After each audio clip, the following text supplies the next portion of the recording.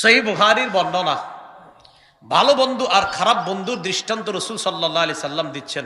2101 নম্বর হাদিস। এই হাদিসের মধ্যে আসছে ক্বালা রাসূলুল্লাহ সাল্লাল্লাহু আলাইহি ওয়াসাল্লাম মাসালুল জালিসিস সালিহি ওয়াল জালিসিস সুই কাসাহিবিল মিসকি ওয়াকিরিল হাদ্দাদ। আল্লাহ নবী বলেন, সৎ বন্ধু আর অসৎ বন্ধুর দৃষ্টান্ত হলো আতর বিক্রেতা আর কামারের মতো। কার মতো? আতর বিক্রেতা আর কামার। নবীজি বলেন, আতর বিক্রেতার কাছে যদি তুমি যাও, লা ইয়াদামুকা মিন সাহিবিল মিসকি ইম্মা তাশতারিহি আও তাজিদু মিনহু রিহা। আতর বিক্রেতার কাছে যদি তুমি যাও, যাওয়ার পর হয়তো তুমি তার কাছ থেকে আতর কিনবা। আতর কেনার টাকা যদি না থাকে, অন্তত ফিরি ফিরি তার থেকে আতরের ঘ্রাণ পাইবা। আতর না কিনলে আতরের ঘ্রাণ পাবেননি। আতর বিক্রেতার কাছে গিয়া হয়তো আপনি আতর কিনবেন, যদি টাকা না থাকে আতরের ঘ্রাণ পাবেননি। তো রাসূল বলেন, আতর বিক্রেতার দোকানের সামনে গেলে লস নাই, টাকা থাকলে আতরটা কিনবা, না থাকলে যদি না কিনতে পারো অন্তত আতরের ঘ্রাণ তো পাইলা, তাই তোমার লস হয় নাই, অন্তত ফিরি ফিরি নাকে তো আতরের সুগন্ধি পাইছো। এটা হলো সৎ বন্ধু। রাসূল বলেন, সৎ বন্ধুর সাথে যখন তুমি থাকবা, এই সৎ বন্ধুর মতো তুমি হইতে না পারলেও তার কিছু গুণাগুণ তোমার মাঝে আসবে। আর অসৎ বন্ধু, রাসূলুল্লাহ সাল্লাল্লাহু আলাইহি সাল্লাম বলেন, আম্মা কিরুল হাদ্দাদ, কামারের দোকানের সামনে যখন তুমি যাইবা, ইম্মা ইউহরিকু বাদানাকা আও সাওবাক, কামারের দোকানে যাওয়ার পর হয়তো আগুন তোমার শরীর অথবা তোমার কাপড় পুরায়া দিবে। যদি আপনি বলেন না আমার কাপড় পুড়বে না, শরীরের মধ্যে আগুন লাগবে না, আল্লাহ নবী বলেন আও তাজিদু মিনহু রিহান খাবিসা, অন্তত দুর্গন্ধ তো তুমি পাইবা। কি গন্ধ? আতর বিক্রেতার কাছে গেলে আতর কিনতে যদি না পারো, ঘ্রাণ পাইবা। কামারের কাছে গেলে তোমার শরীরে আগুন যদি নাও লাগে, খারাপ দুর্গন্ধ তুমি পাইবা। সৎ বন্ধুর কাছে গেলে, সৎ মানুষ নাও যদি হতে পারো, ভালো কিছু গুণাগুণ পাইবা। অসৎ বন্ধুর কাছে গেলে, অসৎ বন্ধু যদি তোমার নষ্ট নাও করে, এরপরও তার কিছু খারাপ স্বভাব তোমার মধ্যে এসে যাবে আর তোমার জীবনটা নষ্ট করে দিবে। এই জন্য রাসূল বললেন, বন্ধু নির্বাচনে খুব সতর্কতা অবলম্বন করা। আল্লাহ আমাদেরকে বুঝার তৌফিক দান করেন। কাদেরকে বন্ধু বানানো যাবে না? সূরা আলী ইমরানের 28 নম্বর আয়াতে আল্লাহ বলেন, লা ইয়াত্তাখিযুল মুমিনুনাল কাফিরিনা আউলিয়া মিন দুনিল মুমিনিন। আল্লাহ বলেন আমার সাথে, ঈমানদাররা, ঈমানদার ছাড়া কোন কাফেরকে বন্ধু হিসাবে গ্রহণ করবে না। তাহলে ঈমানদার ছাড়া কোনো কাফেরকে বন্ধু হিসেবে গ্রহণ করবে না।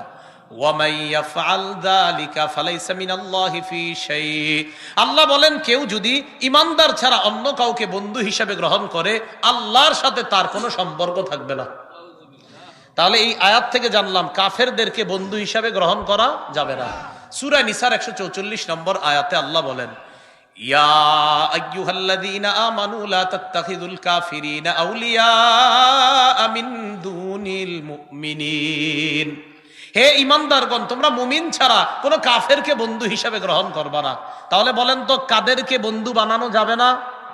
হ্যাঁ, কাদেরকে? কাফেরদেরকে। এগুলো 1 নম্বর কথা। 2, ইহুদি খ্রিস্টানদেরকে বন্ধু বানানো যাবে না। সূরা মাঈদার 51 নম্বর আয়াতে আল্লাহ বলেন, ইয়া আইয়ুহাল্লাযীনা আমানু লা তাত্তাখিযুল ইয়াহুদা ওয়ান নাসারা আউলিয়া। হে ঈমানদারগণ, তোমরা ইহুদি খ্রিস্টানদেরকে বন্ধু হিসাবে গ্রহণ করবা না, তারা একে অপরের বন্ধু।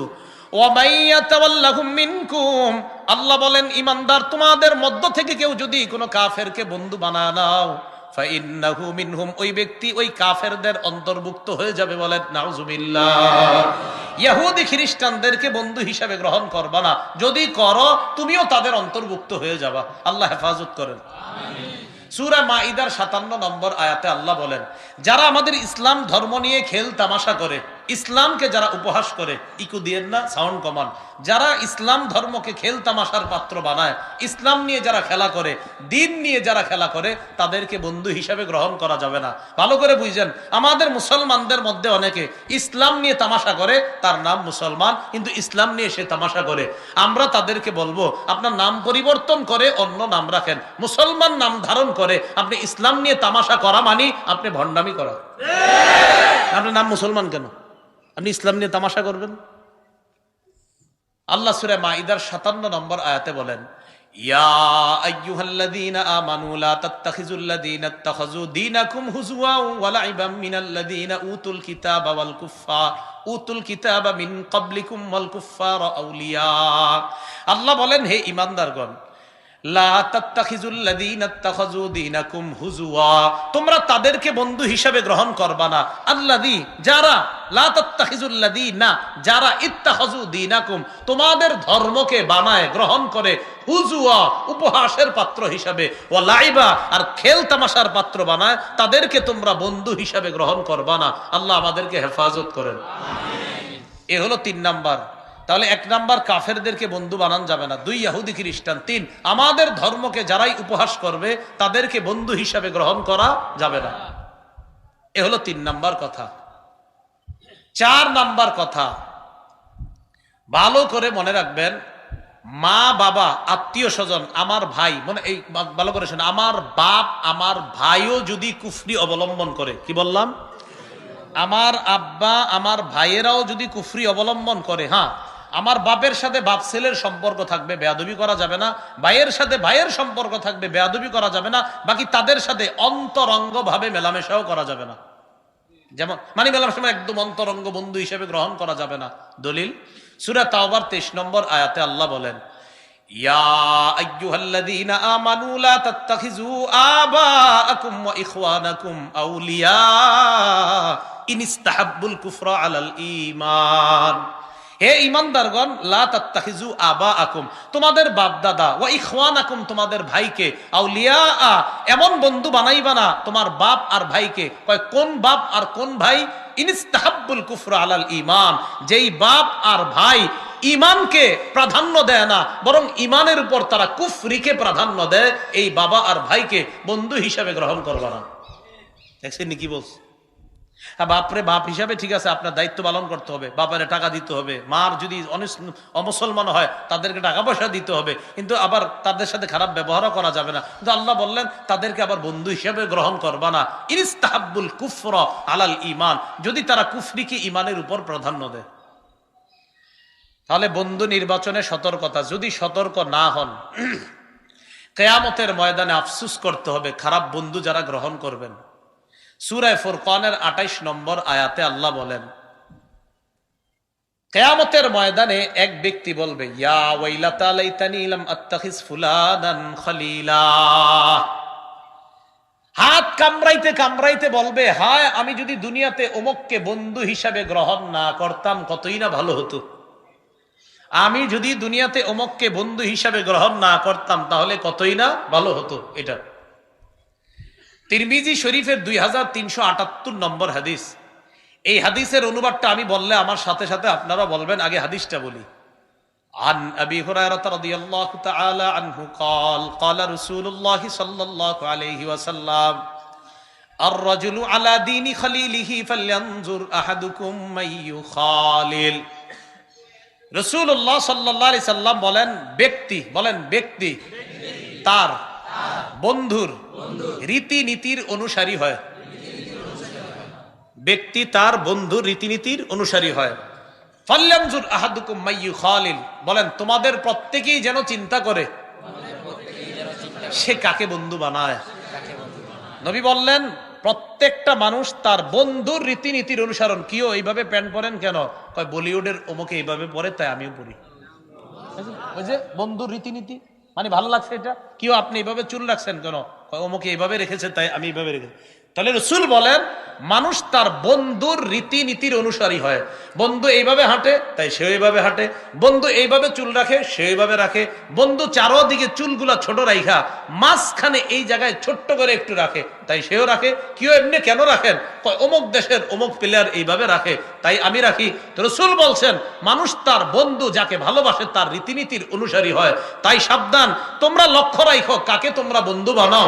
যদি আবু বকরকে বন্ধু বানাও তো তোমার মাঝে আবু বকরের সিফাত আসবে, ওমরকে বন্ধু বানাইলে ওমরের সিফাত আসবে। আর যদি কোনো খেলোয়াড় মেসি নেইমারকে বন্ধু বানাও তো তাদের ভয়ঙ্কর নীতি আর আদর্শ যেগুলাকে আমরা বলি অসভ্যতার বর্বরতা তোমার মধ্যে আসবে। সোজা হিসাব। টেটু আঁকে, হাতের মধ্যে টেটু আঁকে, কি এটা কেন আঁকছেন? অমুকে জানেন কি পরিমাণ সহযোগিতা করে কাদেরকে? অমুক জায়গায় তার চ্যারিটি ফাউন্ডেশন কয়টা জানেন? কয়টা? 58টা 60টা। মনে রাখবেন, ইমান ছাড়া 1 লাখ চ্যারিটি ফাউন্ডেশনও যদি কারো থাকে তার কোনো আমলের মূল্য হবে না। দলিল সূরা মাইদা 5 নম্বর আয়াত, আল্লাহ বলেন ওমাই ইয়াকফুর বিল ঈমান ফাকাদ হাবিতা আমালু, যে ঈমানকে অস্বীকার করে সে যত ভালো কাজ করুক তার সব আমল বরবাদ। কাকে অস্বীকার করে? হ্যাঁ, ঈমানকে অস্বীকার করে যে তার সব আমল বরবাদ। তাই কারে আপনি বন্ধু বানান এটা বুঝে শুনে বানাবেন। তো কি বলছেন বলেন তো আমার সাথে? মানুষ বলেন তার বন্ধুর রীতিনীতির অনুসারী হয়। সুতরাং তোমাদের প্রত্যেকে যেন বুঝে শুনে বন্ধু নির্বাচন করে। আল্লাহ বুঝার তৌফিক দান করে। এইগুলো আজকের প্রথম আলোচনা, যে আমরা বন্ধু নির্বাচনে সতর্কতা অবলম্বন করব। দ্বিতীয় আলোচনাটা সামান্য, সামনের মাসটার নাম কি মাস? আরবি আজকে মনে হয় 30 তারিখ গেছে সফরের। আচ্ছা, অলরেডি তাহলে হ্যাঁ 29 গেছে না 30? 29। আচ্ছা, যাই হোক, সফর মাসের পরের মাসটা রবিউল আউয়াল। রবিউল আউয়াল মাসে আমাদের নবীজি সাল্লাল্লাহু আলাইহি সাল্লামের জন্ম হয়েছে। কার জন্ম বলেন তো? নবীজি। নবীজির জন্ম কবে এই ব্যাপারে 7টা মত আছে। 2 রবিউল আউয়াল, 8 রবিউল আউয়াল, 10 রবিউল আউয়াল, 12 রবিউল আউয়াল, 17 রবিউল আউয়াল। রবিউল আউয়ালের 8 দিন বাকি থাকতে রমজান মাসের 12 তারিখ। কয়টা মত? 7টা। 1 নাম্বার, কেউ কেউ বলেন নবীর জন্ম 2 রবিউল আউয়াল। 2 নাম্বার, কেউ কেউ বলেন নবীর জন্ম 8 রবিউল আউয়াল। 3, কেউ কেউ বলেন 10 রবিউল আউয়াল। 4, কেউ বলেন 12 রবিউল আউয়াল। 5, কেউ বলেন 17 রবিউল আউয়াল। কেউ বলেন রবিউল আউয়ালের 8 দিন বাকি থাকতে। আবার কেউ বলেন 7 নাম্বার রমজানের 12 তারিখে। লাগবে না, বসেন। হ্যাঁ, কয় তারিখে? 12 তারিখে। এখন লাগবে না, এটা মন দিয়ে শুনেন এই জায়গাটা। রসুলের জন্মের ব্যাপারে আমরা 7টা মত পাইলাম। এই 7টা মতের মধ্যে ইবনে কাসির রহমতুল্লাহ আলাই 4টা মতকে তিনি দলিল যুক্তি প্রমাণের মাধ্যমে উনি প্রত্যাখ্যান করছেন। 4টা। কয়টা? 4টা। তাহলে 7টা থেকে 4 গেলে আর থাকে কত? 3। 3টা মত নিয়ে তিনি আলোচনা করেছেন। 2, 8, 12। বলেন 2, 8, 12। 2 তারিখে নবীর জন্ম, এই বর্ণনাটা যারা করেছেন, বর্ণনা হলো এমন: ওলিদা রাসূলুল্লাহ সাল্লাল্লাহু আলাইহি সাল্লাম ইয়াউমাল ইসনাইন, রাসূল সাল্লাল্লাহু আলাইহি সাল্লাম সোমবার দিন জন্মগ্রহণ করেছেন। মিন রবিউল আউয়াল লিলাইলাতাইন খালাতা মিন রবিউল আউয়াল, রবিউল আউয়াল মাসের 2 তারিখে আল্লাহ রাসূল জন্মগ্রহণ করেছেন। এটা হলো প্রথম অভিমত, অর্থাৎ 3 অভিমতের প্রথম অভিমত। এই বর্ণনায় 2 জন বর্ণনাকারী আছে, একজনের নাম ওয়াকিদি, আরেকজনের নাম আবু মাশআর। এই ওয়াকিদি এই বর্ণনার মধ্যে থাকার কারণে, বর্ণনার সূত্র বুঝেননি? আমার থেকে উনি, ওনার থেকে উনি, এটার কি বলে? সূত্র। আর এটার আরবি হলো সনদ। তো এই হাদিসের বর্ণনাকারী যিনি, এই বর্ণনার মধ্যে একজন বর্ণনাকারীর নাম ওয়াকিদি। এই ওয়াকিদির ব্যাপারে ইবনে হাজার আসকালানী রহমতুল্লাহ আলাই বলেন মাতরুকুন মা সিআতি ইলমিহি, এই লোকটার অনেক জ্ঞান আছে, প্রচুর জ্ঞান থাকার পরেও লোকটা বর্ণনা গ্রহণযোগ্য না, লোকটার বর্ণনা গ্রহণ করা হবে না। কেন? তার জ্ঞান প্রচুর কিন্তু হাদিস বর্ণনার ক্ষেত্রে উল্টাপাল্টা করে, তাই তার বর্ণনা গ্রহণযোগ্য না। অতএব 2 রবিউল আউয়াল নবীর জন্ম, বর্ণনাটি নিতান্তই দুর্বল, তাই এই বর্ণনা বাদ। রইল 2টা, 8 এবং 12। 8 তারিখে নবীর জন্ম, এটা যারা বলে, ব্যাপারটা এইভাবে। ইমামুল মাগাজি মুহাম্মদ ইবনে ইসহাক বলেন কানা মাউলিদুহু সাল্লাল্লাহু আলাইহি সাল্লাম আমাল ফিল, রাসূল সাল্লাল্লাহু আলাইহি সাল্লামের জন্ম হস্তি বাহিনীর বছর, অর্থাৎ হস্তি বাহিনী যে বছর কাবার উপর হামলা চালিয়েছে সে বছর আল্লাহ রাসূলের জন্ম। এই ব্যাপারে সারা দুনিয়া একমত। তাহলে বলেন তো, হাতি বাহিনী কাবার উপর যে বছর হামলা চালাইছে ওই বছর রাসূলের জন্ম। এখন আমরা হিসাব করি, যেই বছর রাসূলের জন্ম, হস্তি বাহিনীর ঘটনাটা যেই বছর ঘটছে, এই ঘটনার 50 দিন পর নবীর জন্ম হয়েছে। কয়দিন পর? হাতি বাহিনী কাবার উপর হামলা চালানোর জন্য যেদিন আসছে, এই দিনের কয়দিন পর রাসূলের জন্ম? 50 দিন। এখন আমরা খুঁজবো যে রাসূলের জন্মটা তাহলে 50 দিন পর যদি হয়, আমরা যদি এখন খুঁজি কাবায় হামলা চালাইছে হস্তি বাহিনী কবে, এই তারিখটা পাইলে নবীর জন্ম তারিখটা পাওয়া সহজ। কাবার উপর হামলা চালাইছে হস্তি বাহিনী মুহররম মাসের 13 দিন বাকি থাকতে। কয়দিন? তাহলে মুহররমের 13, মুহররম মাসের পরের মাসের নাম সফর। সফর মাসের যদি 29 ধরেন তাহলে 13 আর 29 হয় 42। 42 থেকে 50 হইতে থাকে আর কত দিন? 8 দিন। সফর মাসের পরের মাসের নাম কি? রবিউল আউয়াল। তো 8 দিন যদি রবিউল আউয়ালে যোগ করেন তো 8ই রবিউল আউয়াল রসুলের জন্ম। হ্যাঁ, হস্তি বাহিনী কাবায় হামলা চালানোর 50 দিন পর রসুলের জন্ম। হস্তি বাহিনী কাবায় হামলা চালাইছে মুহররমের 13 দিন বাকি থাকতে। মুহররমের 13 আর সফরের 29 যদি ধরেন 42 পরে 50 দিন হইতে থাকে আর 8 দিন। সফর মাসের পরের মাসের নাম রবিউল আউয়াল। তো রবিউল আউয়ালের 8 দিন ধরেন 50 দিন হয়, অতএব রসুলের জন্ম 8ই রবিউল আউয়াল। এটা হলো আরেকটা অভিমত। এখন আমার সাথে বলেন বলেন বিদগ্ধ, বিচক্ষণ, মুহাক্কিক, গবেষক আলেমদের নিকট নবীর জন্ম 8 তারিখ, এ কথাটি বিশুদ্ধ। বিচক্ষণ ওলামায়ে কেরামের নিকট, যারা অভিজ্ঞ পারদর্শী আলেম, তাদের নিকট 8 তারিখ এটা বিশুদ্ধ। বাকি রইল 12ই রবিউল আউয়াল। 12ই রবিউল আউয়াল রসুলের জন্ম, এই কথাটি প্রসিদ্ধ। দুইটা বাংলা কিন্তু শিখলাম। 8 তারিখ কথাটি বিশুদ্ধ, 12ই রবিউল আউয়াল কথাটি হলো প্রসিদ্ধ। হ্যাঁ, এই দুইটা বাংলা পার্থক্য বুঝেন, এটা কোনো ব্যাপার না, 8 হোক আর 12 হোক। তো 8টা হলো বিশুদ্ধ, বিচক্ষণ, বিদগ্ধ, মুহাক্কিক, গবেষক আলেমদের নিকট, আর 12 তারিখটা হলো প্রসিদ্ধ। তবে 12 তারিখের বর্ণনাটার মধ্যে একটু দুর্বলতা আছে। কেমন? 12 তারিখের বর্ণনাটা আমার দিকে তাকান। সাহাবী বর্ণনা করেছে, এই সাহাবী থেকে তার ছাত্র বর্ণনা করেছে, তার নাম সাঈদ। সাঈদ থেকে বর্ণনা করেছে তার ছাত্র, তার নাম আফফান। কি নাম? তাহলে দেখেন, ছাত্রের নাম আফফান, তিনি তার উস্তাদ থেকে বর্ণনা করেছেন, উস্তাদের নাম সাঈদ। সাঈদ তার উস্তাদ থেকে বর্ণনা করেছেন, উস্তাদ হলেন সাহাবী। সাহাবী জাবের এবং আব্দুল্লাহ ইবনে আব্বাস বলেন, উলিদা রাসূলুল্লাহ সাল্লাল্লাহু আলাইহি সাল্লাম ইয়াউমাল ইসনাইনি মিনাস সানি মিন রবিউল আউয়াল, ইয়াউমাল ইসনাইনি সানি মিন শাহরি রবিউল আউয়াল। রাসূলুল্লাহ সাল্লাল্লাহু আলাইহি সাল্লাম সোমবার দিন আস-সানি আশারা মিন শাহরি রবিউল আউয়াল, সোমবার দিন 12ই রবিউল আউয়াল আল্লাহ রাসূলের জন্ম। এই বর্ণনা জাবের এবং আব্দুল্লাহ ইবনে আব্বাস। তাদের থেকে হাদিসটি বর্ণনা করেছেন সাঈদ।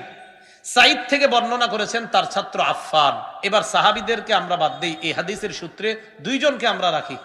আফফান ছাত্র, উস্তাদের নাম সাঈদ। দেখেন আপনারা, ছাত্র উস্তাদ, ছাত্র উস্তাদ। তাহলে এই ছাত্র এই উস্তাদ থেকে বর্ণনা করছে যে রসুলের জন্ম 12ই রবিউল আউয়াল।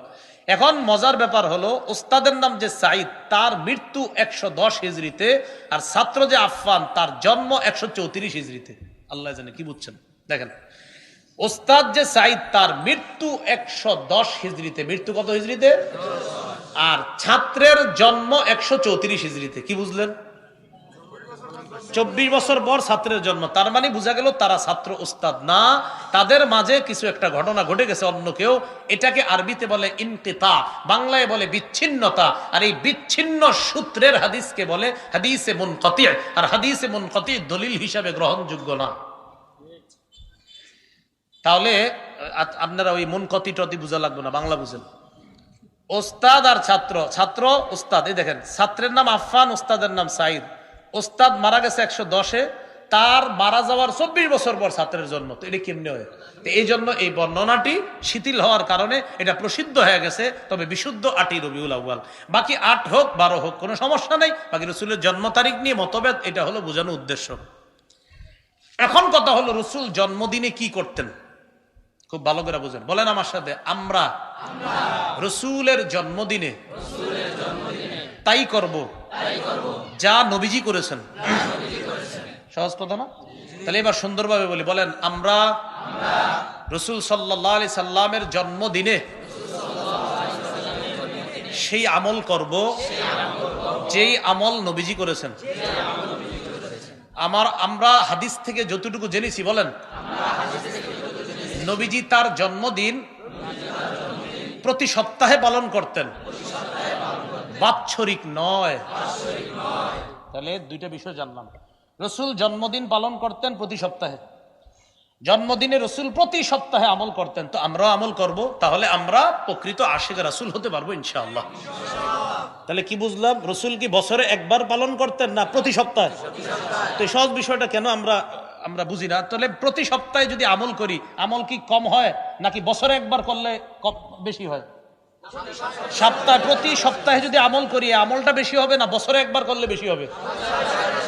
এখন কথা হলো যে বলেন বলেন কেন সপ্তাহে করবো, বলেন আমরা কেন প্রতি সপ্তাহে করব? কারণ রাসূল সাল্লাল্লাহু আলাইহি সাল্লাম প্রতি সপ্তাহে করেছেন। মনে থাকবে নি? তাহলে মনে করেন আমরা দুইজনের দেখা হবে, দেখা হইলে উনি আমারে বলবে, আচ্ছা আপনি রাসূল সাল্লাল্লাহু আলাইহি ওয়াসাল্লামের জন্মদিনে কি করেন? উনি আমারে বলবে, তো আমি বলবো নবীজি যাহা করেছেন আমি তাহা করি। তো উনি আমাকে বলবে নবীজি কি করিতেন? তা আমি বলবো নবীজি সাল্লাল্লাহু আলাইহি সাল্লাম প্রতি সপ্তাহে তার জন্মদিনে আমল করতেন, আমিও সেই আমল করি। তখন তাকে বলবো ভাইয়া আপনিও আজকে থেকে আমলটা করবেন, তাহলে আমরা দুইজনে আল্লাহ রসুলের জন্মদিনটা পুরো বছর যদি সপ্তাহে আপনার যদি প্রতি সোমবার যদি ধরেন, তাহলে বছরের আপনার সোমবার হয় কয়টা? যা 52 বা এরকম যদি হয়, তাহলে আমরা এই পরিমাণ রাসূল সাল্লাল্লাহু আলাইহি সাল্লামের জন্মদিনে কি করব? আমল করব। আচ্ছা এখন দলিল লাগবে তো, নবী যে প্রতি সপ্তাহে আমল করতেন, দলিল লাগবে না? আচ্ছা, মুসলিম শরীফের 1162 নম্বর হাদিস। এই হাদিসের নাম্বারটা আমাদের মাদ্রাসার পাঠ্যপুস্তক অনুসারে, আমি আবার বলছি অনেকে মিলাবে এখন, আমাদের মাদ্রাসার পাঠ্যপুস্তক অনুসারে মোট হাদিস সংখ্যা 3033টা। এই 3033 অনুযায়ী মুসলিম শরীফের 1162 নম্বর হাদিস। বলেন মোট হাদিস সংখ্যা কয়টা হবে? 3033টা। এই অনুযায়ী হাদিস হবে কত নম্বর? 1162। পকেটে যাদের মোবাইল আছে এখানেও মুসলিম শরীফ আছে, এই মুসলিমে হাদিস সংখ্যা আছে 7453টা। এটা না, কিন্তু আমাদের মাদ্রাসার মূল কিতাবে যেটা 3033, আমি জানি আপনাদের মোবাইলে দেখেন এখনই 7453টা, বুখারীতে 7563টা, ওইটা ঠিক আছে। আবার মুসলিম শরীফেরটা এটা মিলবে না। বাকি হাদিসের যে বাংলাটা ওইটা আপনি মিলাইলে আপনাদের পকেটে যেটা ওইটার সাথে মিলে যাবে। এখন শুনেন, রাসূলুল্লাহ সাল্লাল্লাহু আলাইহি সাল্লামকে প্রশ্ন করা হলো সুইলা আন সাওমিহি, নফল রোজা সম্পর্কে প্রশ্ন করা হচ্ছে। কি রোজা? রোজা। নবীজি একটু রাগ হয়ে গেছে, নফল রোজা সম্পর্কে জিজ্ঞাসা করছে যে আমার সাহাবীরা কি পারবে আমি যদি রোজার কথা বলি? এই কথা বলার পর নবীজি একটু রাগ হয়েছে। রাগ হওয়ার পর হযরত ওমর ফারুক বললেন রদিনা বিল্লাহি রব্বা ওয়া বিল ইসলামি দীনা ওয়া বি মুহাম্মাদিন রাসূলা ওয়া বি বাইআতিনা বাইআতা। হযরত ওমর বললেন আমরা আল্লাহকে রব হিসাবে পেয়ে খুশি, ইসলামকে ধর্ম হিসাবে পেয়ে খুশি, মুহাম্মদ সাল্লাল্লাহু আলাইহি সাল্লামকে রাসূল হিসাবে পেয়ে খুশি, তার কাছে আমরা বায়াত যে করেছি এই বায়াত পেয়েও আমরা খুশি। এটার উদ্দেশ্য হলো হযরত ওমর ফারুক এটা বলার পরে নবীজির একটু রাগ কমছে। কমার পর নবীজি সাল্লাল্লাহু আলাইহি সাল্লাম আপনার অনেক সময় রাগ হইলে ওমর ফারুক রাদিয়াল্লাহু তাআলা মাঝে মাঝে এমন এমন কথা বলতেন নবীজি হাইসা দিতেন। একদিন বিবিদের উপর রাগ করছে, বুখারীর বর্ণনা। রাগ করে ঘরে অভিমান করে বসে আছে। হযরত ওমর ফারুক আসছে, আসার পর ঢুকার পর কয় হুজুর জানেন ইদানিং বিবিরা তাদের স্বামীদের সাথে কেমন কেমন আচরণ করে? তো হযরত নবীজি কয় আচ্ছা তাই নাকি, কি হয়েছে বলো তো আমারে। আর বললেন না, আমার বিবি আমার সাথে আজকে আমার হঠাৎ বলতেছে হ্যাঁ এরকম এরকম। তখন নবীজি কয় তুমি কি করছো ওমর? আমি আমার বিবির গলা চাইপা ধরছি। নবীজি কয় গলা চাপ দিছো? কয় হ্যাঁ। হাইসা দিচ্ছে নবীজি, আমি গলা চাইপা ধরছি, হাইসা দিচ্ছে। তোমার ফারুক রাদিয়াল্লাহু তাআলা নবীজির মেজাজ বুঝতেন, এই জন্য তো নবীজি বলছে আমার পরে নবী নাই, যদি হতেন আল্লাহ ওমরকে বানাইতেন। হযরত ওমর ফারুক এমন কিছু কথা বলছে যেই কথায় নবীজি খুশি হয়ে গেছে। এবার রাসূলকে প্রশ্ন করা হয়েছে, খুব মন দিয়ে শুনবো আমরা। হ্যাঁ, প্রশ্ন করা হলো সুইলা আন সাওমি দাহরি, হুজুর সারা বছর যদি কেউ রোজা রাখে এই রোজার ব্যাপারে আপনার কি অভিমত? রাসূলুল্লাহ সাল্লাল্লাহু আলাইহি সাল্লাম জবাব দিলেন লা সামা ওয়ালা আফতারা, যে ব্যক্তি সারা বছর রোজা রাখে সে রোজা রাখেও নাই রোজা ভাঙ্গেও নাই। মানে এই রোজায় রাসূল উৎসাহ দেন নাই, নাজায়েজ বলেন নাই, বলছে সে রোজা রাখেও নাই সে রোজা ভাঙ্গেও নাই। এর মানে এই রোজায় রাসূল উৎসাহ দেয় নাই যে কেউ সারা বছর রোজা রাখো। প্রশ্ন নাম্বার 1। 2 নম্বর প্রশ্ন, প্রশ্নগুলো খুব মনে রাখবেন। সুইলান সাওমিয়াউ মাইনি ওয়া ইফতারিয়াউম, প্রশ্ন করা হলো হুজুর কেউ যদি টানা 2 দিন রোজা রাখে, এর পরের দিন রোজা না রাখে, এরপরে আবার 2 দিন রোজা 1 দিন গ্যাপ, 2 দিন রোজা 1 দিন গ্যাপ, এই রোজার ব্যাপারে আপনার কি মত? বুঝছেন নি কথাটা? 2 দিন রোজা আজকে রাখলেন কালকে রাখলেন, পরের দিন গ্যাপ, আবার 2 দিন রোজা পরের দিন গ্যাপ। নবীজি বললেন ওমাই ইউতিকু যালিকা, এটা আবার কে পারে বলো? এই সামর্থ্য কার আছে, এই শক্তি কার আছে? মানে অর্থাৎ এই শক্তি কারো যদি থাকে সে যদি রাখেও নবী এই রোজার রাখার প্রতিও উৎসাহিত করেন নাই। বুঝছেন নি কথাটা? কেউ টানা 2টা রোজা রাখবে, আবার 1 দিন ভাঙবে, আবার 2টা রাখবে, আবার গ্যাপ দিবে, রাসূল এটার প্রতি উৎসাহ দিলেন না। প্রশ্ন নাম্বার 3, ওয়াসুইলান সাওমি ইয়াউমিন ওয়া ইফতারি ইয়াউমাইন, হুজুর কেউ যদি 1 দিন রোজা রাখে 2 দিন গ্যাপ দেয়, আগেরটার পরেরটা পার্থক্য বুঝছেন? আগেরটা হলো 2 দিন রোজা 1 দিন গ্যাপ। 3 নম্বর প্রশ্ন, যদি 1 দিন রোজা 2 দিন গ্যাপ হয়, নবীজি বললেন হ্যাঁ, এটা তো খুব সুন্দর কথা। লাউ কাফান আল্লাহ, আল্লাহ যদি আমগো সবাই রে এরকম একদিন রোজা আর 2 দিন গ্যাপ, এই জাতীয় রোজার শক্তি যদি আল্লাহ সবাইকে দিতেন কতই না ভালো হতো। তার মানে এটা উৎসাহ দিলেন, এটাতে রসুল খুশি। প্রশ্ন 4, ওয়াসুইলান সাওমি ইয়াউমিন ওয়া ইফতারি ইয়াউমিন। প্রশ্ন করা হলো, হুজুর কেউ যদি একদিন রোজা রাখে, একদিন গ্যাপ দেয়, একদিন রোজা রাখে, একদিন গ্যাপ দেয়, এটা কেমন? নবীজি বললেন, জাকা সৌমু আখি দাউদ আলাইহিস সালাম, এটা তো আমার ভাই দাউদ নবীর রোজা। এটাও উৎসাহ দিলেন যে একদিন রাখা, একদিন গ্যাপ দেওয়া, একদিন রাখা, একদিন গ্যাপ দেওয়া। এটাও অসন্তুষ্ট প্রকাশ করলেন না, বললেন এটা আমার ভাই দাউদ নবী রাখতেন। প্রশ্ন নাম্বার 5, এই মূল প্রশ্ন, ওয়াসুইলান সাওমিল ইসনাইন। হুজুর সোমবারের রোজার ব্যাপারে আপনার কি অভিমত? জোরে বলেন, কি বার? নবীজি জবাব দিলেন, ইয়াউমুন বুলিতু ফিহি, সোমবারে আমার জন্ম, তাই আমি আল্লাহর দরবারে শুকরিয়া আদায় করার জন্য রোজা রাখি। তা আল্লাহ নবী নিজের জন্মদিন পালন করলেন খাইয়া না না খাইয়া? কথা বোঝার চেষ্টা করুন। নবীজি বললেন, এটা এমন দিন যেই দিনে আমার জন্ম হয়েছে, আমি জন্ম হওয়ার কারণে এই দিন আল্লাহর কাছে শুকরিয়া আদায় করার জন্য সোমবার রোজা রাখি। শুধু তাই না, সোমবার বুইস্তু ফিহি, সোমবার আমারে নবুয়ত দেওয়া হয়েছে। ওয়া উনজিলা আলাইয়া, শুধু তাই না, সোমবারে আমাকে কোরআন দেওয়া হয়েছে। অন্য বর্ণনায় নবী বলেন, তুরাদুল আ'মাল ইলাল্লাহ ফি কুল্লি ইয়াউমি খামিসিন ওয়া ইসনাইন, প্রতি সোমবার আর বৃহস্পতিবার বান্দার আমলনামা আল্লাহর কাছে যায়। আমি সোম বৃহস্পতি রোজা রাখি, যেন রোজা অবস্থায় আমার আমলনামাটা আল্লাহর কাছে যায়। তাহলে সোমবারের রোজার ব্যাপারে জিজ্ঞাসা করার পরে নবী বললেন, সোমবারে আমার জন্ম, সোমবারে আমাকে নবুয়ত দেওয়া হয়েছে, সোমবারে আমার উপর কোরআন নাজিল হয়েছে, সোমবারে আমলনামা আকাশে যায়, তাই প্রতি সোমবার আমি রোজা রাখি। তাহলে রাসূল সাল্লাল্লাহু আলাইহি সাল্লাম তার জন্মদিনে আমল করতেন বাৎসরিক, সব প্রতি সোমবারে। আল্লাহ আমাদের সকলকে কথাগুলা বুঝার তৌফিক দান করুন। প্রশ্ন শেষ হয় নাই, সাহাবী চিন্তা করছে, সুযোগ পাইছে, আরো কিছু কইরা লই।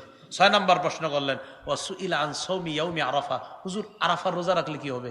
নবীজি বললেন, ইউকাফিরুস সানাতাল মাযিয়া ওয়াল বাকিয়া, আগের পরের 2 বছরের গুনাহ মাফ। সাহাবী চিন্তা করলেন, আরেকটা করি, সুইলা আন সাওমি ইয়াউমি আশুরা, হুজুর মুহররমের 10 তারিখে রোজা রাখলে? নবীজি বললেন, ইউকাফিরুস সানাতাল মাযিয়া, আগের 1 বছরের গুনাহ মাফ। এবার নবী নিজের থেকে একটা বললেন, শোনো, সাওমু সালাসাতি মিন কুল্লি শাহরিন, সালাসাতি আইয়ামিন মিন কুল্লি শাহরিন, প্রত্যেক মাসে 3টা রোজা রাখা, 13, 14, 15 রমাজান ইলা রমাজান, আর প্রতি রমজান মাসে যদি তোমরা রোজা রাখো, সারা বছর রোজা রাখার সওয়াব। সারা বছর কি রাখার সওয়াব? হাদিস থেকে আমরা কি জানলাম বলেন? নবীর জন্ম কি বারে? নবীরে কোরআন দেওয়া হয়েছে কি বারে? ওহী নাজিল কি বারে? আমলনামা আকাশে ওঠে কি বারে? সোম বৃহস্পতি 2 দিনে। তাই রসুল রোজা রাখতেন কি বারে? সোমবার। আল্লাহ কথাগুলা বুঝার তৌফিক দান করেন। এই হলো রাসূলুল্লাহ সাল্লাল্লাহু আলাইহি সাল্লাম বললেন যে আমি সোমবার কি করি? রোজা রাখি। তাহলে সোমবার। এখন কথা হলো বাৎসরিক যে অনুষ্ঠান পালন হয় এটা কোত্থেকে আসছে? এটা আপনারা জেনে রাখবেন, বিষয়টা মনে রাখবেন। সর্বপ্রথম 604 হিজরিতে এই বাৎসরিক অনুষ্ঠানটা শুরু হয়। কয় হিজরিতে? 604 হিজরিতে। কোন শহরে? ইরাক শহরে। এলাকার নাম মুসুল। বাদশার নাম আবু সাইদ মুজাফফর কাউকারি। তার মৃত্যু 630 হিজরিতে। যে আলেমের মাধ্যমে এই অনুষ্ঠানের সূচনা হয় তার নাম আবুল খাত্তাব উমর ইবনে দিহিয়া। তার মৃত্যু 633 হিজরিতে। তার ব্যাপারে ইবনে হাজার আসকালানী রহমতুল্লাহি আলাইহি লেখান, কাসীরুল ওয়াকিআ ফিল আইম্মাতি ওয়াস সালাফ মিনাল উলামা। এই লোকটা ইমামদের ব্যাপারে ভয়ঙ্কর কথা বলতো। খবিসুল লিসান, তার মুখের ভাষা ছিল খুব খারাপ। বর্তমান পৃথিবীতে দেখবেন হক কথা যারা বলে, তাদের বিরোধিতা যারা করে, তাদের প্রধান অস্ত্র হলো মুখের ভাষা খারাপ। এটা সব ভালো করে দেখবেন। সমস্ত দলিল দিয়া যখন না পারে তখন একবার গালিগালাজ শুরু করে, অমুক রানো। আমি এই পর্যন্ত একটা গালি দিছি? আমার জিন্দিগির কোন বয়ানে আপনারা গালি পেয়েছেন? দেখবেন হকের বিরোধিতা যারা করবে তাদের প্রধান অস্ত্র গালি। এই জন্য আল্লাহর হস্তে গালি গালাজ এগুলা ভালো শব্দ না, এগুলা ভালো না। তো যাই হোক, আমি শুধু ইতিহাসটা বললাম। এবার আমি আপনাদেরকে বলে দিলাম নবীর সুন্নাহ হলো প্রতি সোমবার রাসূল জন্মদিনে আমল করতেন। আর বাৎসরিক যে কর্মটা শুরু হয়েছে এটা 604 হিজরিতে ইরাকে মসুল শহরে বাদশা আবু সাইদ শুরু করেছেন। আবুল খাত্তাব উমর ইবনে দিহিয়ার মাধ্যমে এটা সর্বপ্রথম সূচনা হয়। এই জন্য আমরা সুন্নাহের আলোকে আমাদের উচিত প্রিয় ভাইয়ারা সোমবার দিন রোজা রেখে আল্লাহ রসুলের সুন্নাহকে জিন্দা করা। আল্লাহ আমাদের সকলকে যে কথাগুলা বললাম শুনলাম আমল করার তৌফিক দান করেন। প্রথম কথা, বন্ধু নির্বাচনে সতর্কতা অবলম্বন করা। দ্বিতীয়, আজকের বয়ানটা জানলাম যে আল্লাহ রসুল সাল্লাল্লাহু আলাইহি সাল্লাম তার জন্মদিনে রোজা পালন করতেন প্রতি সপ্তাহে সোমবারে। আমরা ওই আমলটা করার চেষ্টা করব। আল্লাহ তৌফিক দান করেন।